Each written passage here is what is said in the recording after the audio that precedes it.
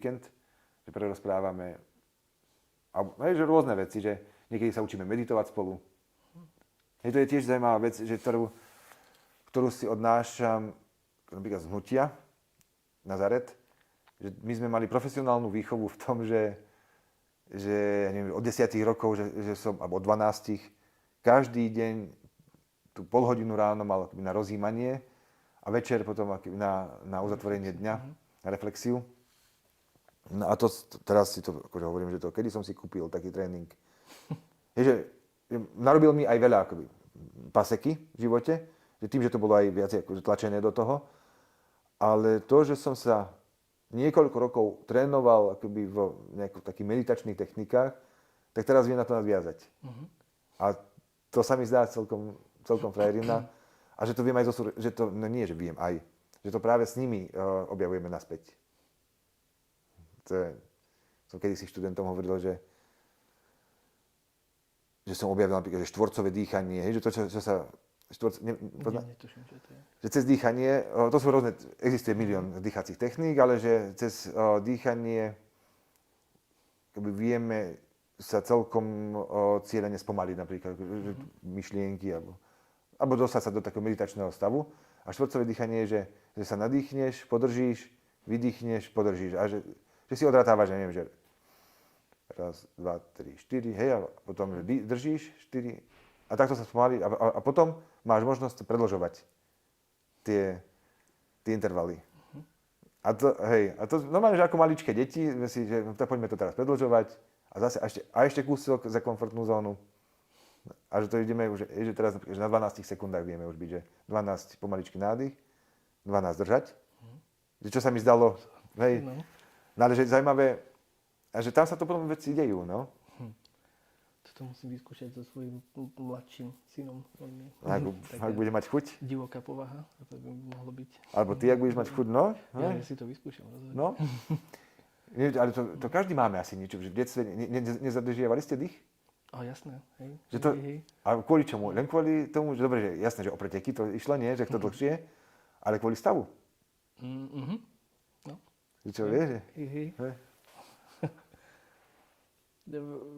Počkaj, kde som? Ešte som ti chcel dať jednu otázku v tom, v tej mojej úvodnej časti.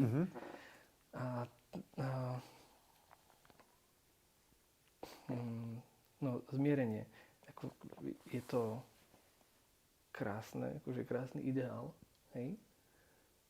Ale nie je to už neskoro? Vieš, keď sa pozrieš na to, ako vyzerá spoločnosť, práve ten rozpad, potom možno bude vojna čoskoro v Európe a tak, nie už na čase skôr, ako písal ten Milan Šimečka venku, a teda hovoril, že nie už čas skôr budovať paralelný polis, než sa snažiť o nejaký takýto hlboký prerod cez zmierenie alebo zmierovanie. Ty si raz vyťahol túto tému na hodine. Mne to dosť veľa vecí spustilo vtedy tiež, že keď si sa na to spýtal. Moja taká bola vtedy taká rýchla odpoveď, že ja si myslím, že sa dá zmieriť. Som potom veľa ešte nad tým rozmýšľal a že nemyslím si, že neskoro. Že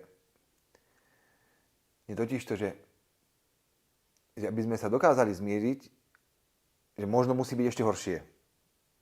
To neviem, nemám na to odpoveď, ale napríklad, že vychádzam z tej paralely životnej krízy, že aby sa človek vystrelil do hora, že začal ísť naspäť do hora, tak musí zažiť to tmavé najskôr. A teda, že či sme už zažili dostatok toho tmavého, alebo že či sme už na tom našom dne, že už nás to nepustí inak len do zmierovania, ja vôbec neviem. A to, že či máme teraz už, či už je čas na budovanie paralelnej polis, možno áno, že mňa to, ale ja za seba, keď hovorím, že mne to vychádza tak, že máme možnosť stále a dá sa to robiť. A dá sa to robiť len tak, že ja nechcem zmierovať ostatných, ja chcem zmierovať seba. A že keď to dáva zmysel aj ostatným, čo zdá sa, že mnohým to dáva zmysel, takže môžeme to robiť spolu. Ale že ja som v tomto dobre, že či som mal na to prísť skôr, to sa dá vždy takto, hej, že ísť, ale že, no, nie, že ja som na to prišiel teraz a dáva mi to zmysel, áno, že myslím si, že aj pre spoločnosť to dáva zmysel, že máme možnosť